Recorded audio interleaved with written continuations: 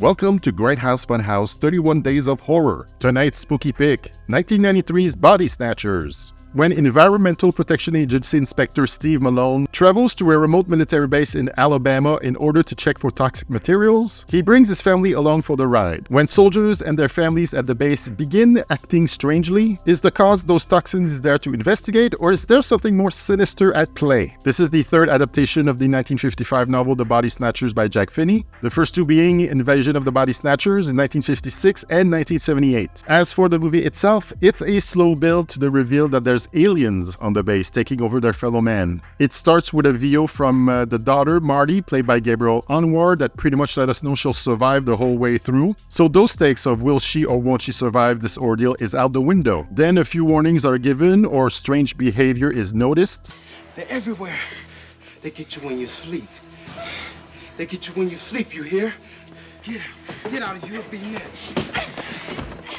We see soldiers harvesting eggs from the swamp, and then seeing possibly those same fished-out eggs trying to take over Marty and her dad, who's played by Kinney. I love the tendrils effect when the replicants try to take over their victims.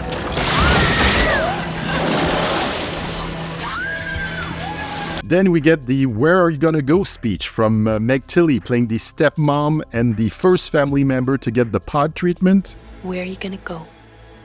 Where are you gonna run? Where are you gonna hide? Nowhere. 'Cause there's no one like you left. Who's the face of the invasion for us, and she sells the fuck out of it. If anything, the whole movie hinges on that speech, and they got their money's worth. After that, the rest of the family are on the run and trying to hide and blend amongst the pod people by not showing emotions till the end. Two ideas that were pretty memorable in the other two Body Snatchers versions that stands out are the shedded skins and guts of the OG humans being picked up by garbage trucks, which is at once mundane and chilling. And when the pod people discovers a human in their midst, they let out a deafening scream to call out on other pod people to get them.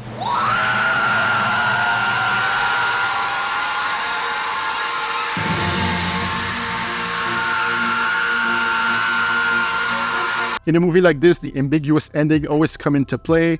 Have the aliens already spread all over and the regular folks are not aware if their fellow humans are pod people? Paranoia, the dread is felt. Who can you trust? Some big names in the horror film world were the authors behind this new take. Nicholas St. John, who's been an Abel Ferrara collaborator since their Driller Killer days. Stuart Gordon, who was set to direct at some point, and Dennis Paoli, who of course were behind Reanimators and From Beyond. And one of my favorites, Larry Cohen. Acting-wise, I think Gabrielle Anwar, who was in her Hollywood ingenue phase when she did Body Snatchers back in 1993, handles herself well as Marty. Her kid brother, played by Riley Murphy, was believable and very natural, and in no way annoying as they can tend to be at that age. Forrest Whitaker doesn't play the doctor role as crazy as the 1956 version played by Kevin McCarthy. It's a role he could probably do in his sleep by that point in his career, only in the movie he had to stay awake, stay aware, so they wouldn't get him. You can't sleep, you gotta make sure you don't sleep.